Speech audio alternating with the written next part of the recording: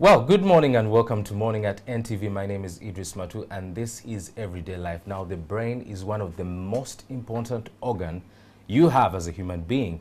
But there are some cases that are coming up whereby you're having tumors, you're having clots, and a Rotary Club in Muyenga Rotary Club Breeze, came out and said, we are here to help those kids, those cases, those people who do not have help and might need neurosurgery. And in studio, I have Angela Semkutu, a registered nurse. You are welcome, madam. Thank you very much. So tell us about the Rotary Club.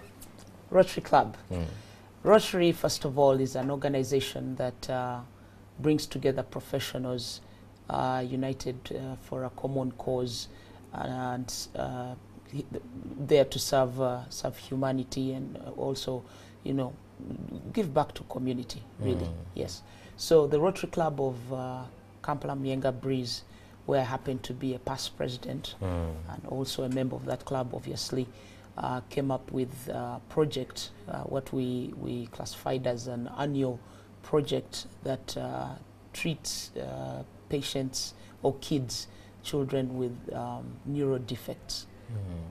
Specifically children that are suffering from a condition called hydrocephalus, where in layman's language is fluid on the brain. Yes, and also we treat kids with spina bifida. That's also a condition where the spinal column doesn't completely close. And in addition to that, we also do some tumor resections. Those are complex cases where you have tumors growing up in the brain. Yes. Okay, I'll not try to use the scientific terms because I cannot pronounce these names, but Sure. What are the cases? How many cases have you seen in Uganda of kids who have damage on the brain, who have water clogged? What are the cases like? Well, the cases are from simple, and simple being just fluid on the brain, to really complex cases where the condition is affecting the kids' day-to-day life. You're looking at an increasing number of cases. As we speak, this is our 4th year. We've treated close to about 100 patients. But I can tell you that there are new cases every day, or at least the very least about maybe 200 to 300 new cases coming up every year. So this is a growing concern. It is out there, it is happening, and it needs to be addressed. And that is why the club thought that we could address this growing problem that is affecting children. Yeah. And I think while I'm walking on the street, I see some of these mothers with kids that have, you know, big heads. Is that one of the symptoms? The classic symptom of hydrocephalus is having an enlarged, we call it an enlarged head. It is really, the brain tissues are producing more fluid than what your ordinary brain would be producing. So what happens is that when you have more fluid than what you should have, it enlarges your head, and ordinarily that head is too big for the average 2-year-old or 3-year-old. So in addressing that issue, a shunt is inserted, or what you call a tube is inserted to sort of plumb or drain that fluid from your brain into the perineal cavity. But Cure Hospital Mbale has another innovation in treating hydrocephalus. It's called the endoscopic third ventriculostomy procedure, where you actually go in through a small hole, look through the camera, and you insert a fire stick. It's a fire stick that burns the tissues that produce fluid. So it's a more advanced way of treating hydrocephalus. The post-operative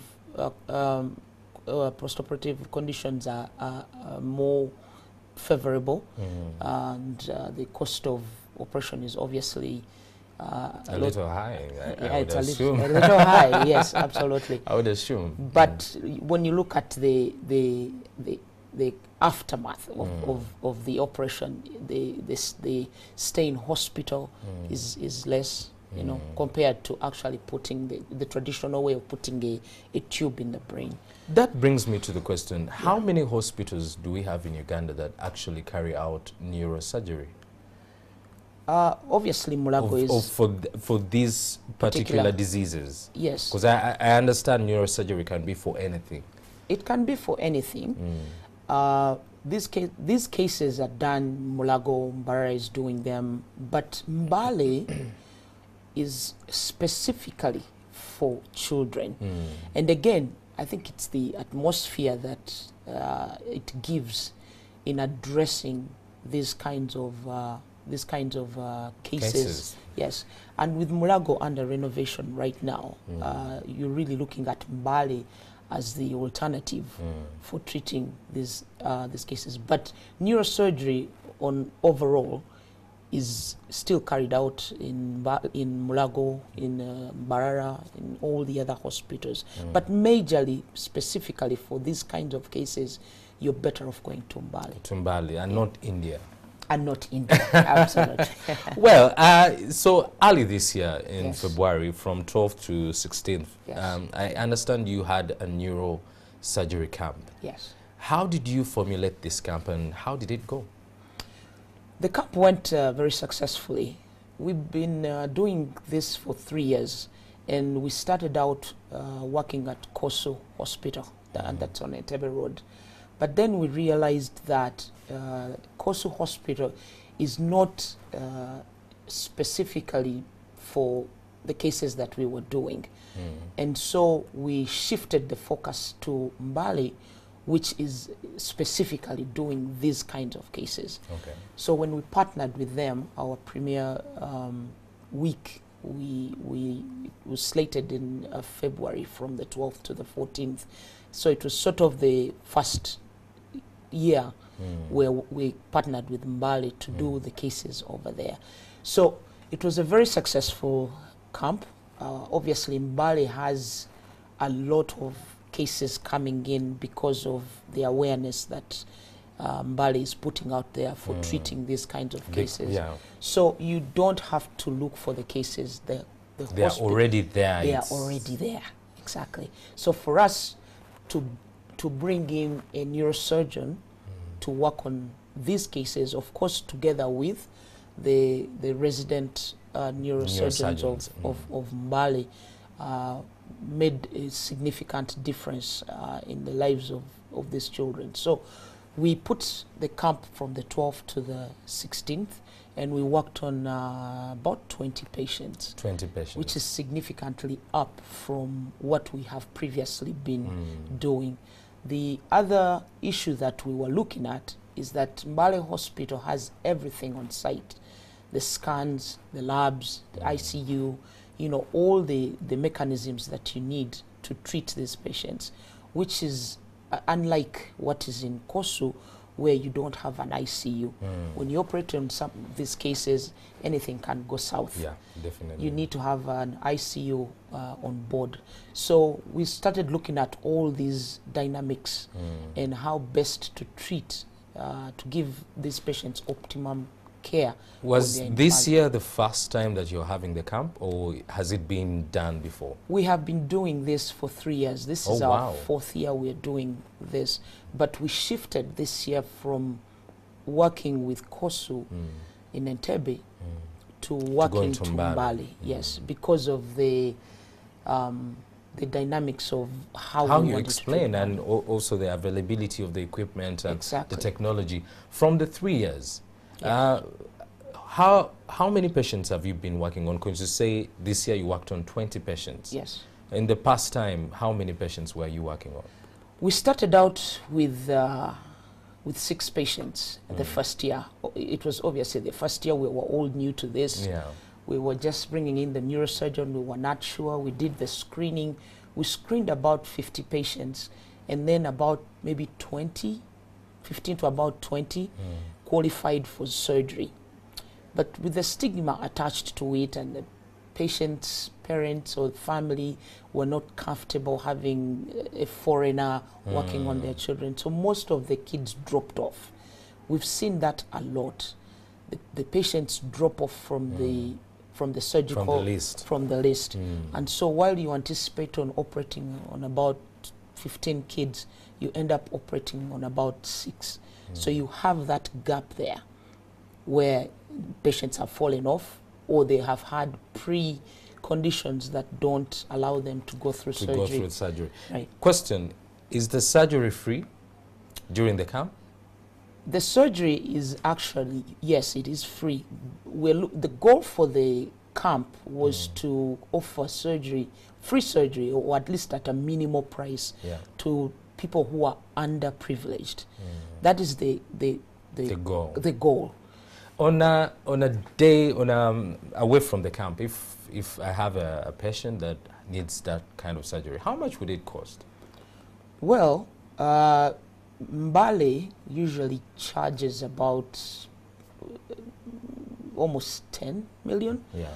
But they subsidized it at 950,000 per patient. Oh wow! Yes, and that covers pre. For the camp. That is for the camp. Yes, for the camp. So this is something that that Rotary, the club, that pushed for because of the increasing need to address this issue. This is great work. Yes. This is great work. From 10 million to 950,000. That is more like 80% off. Yes, that's about 80% This off. is incredible. Yes. And you got 20 patients. We got 20 patients. If you multiply that, that would have been yes, a lot of money. Yes. But you were able to decrease this. And next year, what should we expect? We should expect, we've been doing this for a week. We are expecting to go to 2 weeks. Because we think that after doing it the first time, we think now we've put our foot in the door, we've got our feet wet, we're ready for this, we can go bigger and bolder on this. So you can expect that we'll do more patients. We're looking to add more surgeons on the team so that obviously with they work on more patients and have more. And talking about the surgeons that you bring on, you know, there are few neurosurgeons in the world, and also even in Uganda. Yes. You said you brought in a surgeon, Dr. John Christie, from Australia. Yes, tell us about him. Dr. John Christie happens to be a friend of the Rotary Club of Kampala Muyenga Breeze, but he's also a Rotarian of Newcastle Sunrise. It's a Rotary Club in Australia.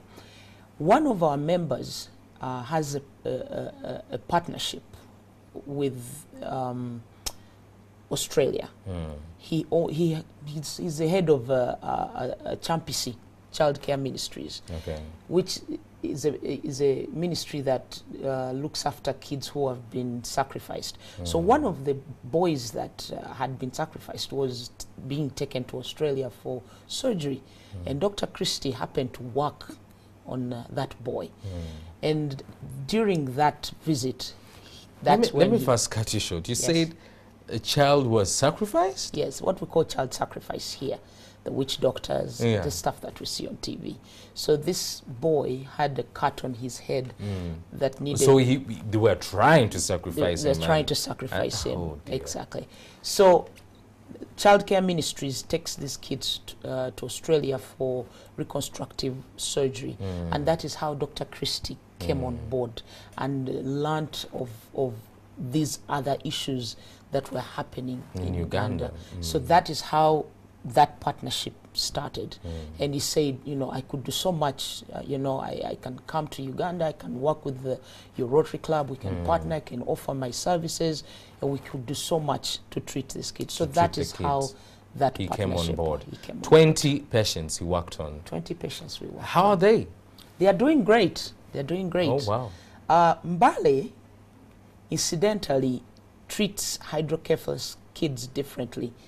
They are doing that minimally invasive surgery where you use a pinhole camera, then you go in and use a fire as you stick, explained before. as I explained before. Previously, what we were doing was inserting a tube.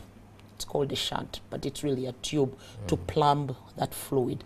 So, in essence, this year, this camp was a little bit different in the way we are treating, obviously because of the post-operative care that they get, the complications are minimized, and it's better for the children to use the to treat them with minimally invasive surgery than what we previously have been doing. Yeah. And before we go, because I know we are running out of time, Yes. what would cause this disease, having a fluid on the brain? Ordinarily, your brain is supposed to be lubricated with fluid. Everybody's brain has fluid in it. Yeah. Tissues produce that fluid, but tissues can produce more fluid Than needed. So what happens is that as they produce more fluid, that fluid builds up in your head. And you see kids that start swelling because they cannot, the head cannot sustain the amount of fluid. Is there a particular reason why this happens? It's not really any particular reason. It's just that more fluid is produced than... Because I understand the viewers at home would want to avoid, Yes. maybe there are certain things the mothers did or the parents did, or is it a genetic thing? No, it's not a It just happens. It just happens. It's one of those things that you produce more than you actually need. Yes. Oh, wow. Yeah. Well, we are running out of time, but before we go, one last word Yes. to the viewers. One last word to the viewers. This is a condition that is out there. It has a lot of stigma attached to it. If you know of anybody out there, any kids out there, please bring them in to Mbale and let us treat these kids so that they can have a normal life just like any other kids that you and I have. Yeah. If I can't get to Mbale, how do I get in contact with Rotary Club Muyenga Breeze? Well, Rotary Club of Muyenga Breeze meets every Friday at Hotel International, and that's in Muyenga. We meet at 6:30 every Friday. So you can come and contact us at the Hotel International, and then we can hook you up or link you up with Mbale so that you get the treatment. So you get the Any treatment numbers, that you need. emails, Facebook? Facebook, we're on, yes, on all the social media handles. We're obviously on Facebook, Rotary Club of Kampala Muyenga Breeze. We're also on Twitter, as well as getting us on the physical address at Hotel International. For purposes of contact, I can be contacted at 077 46 46 820. All right. Yeah. If you didn't catch that number, it's 0774646820.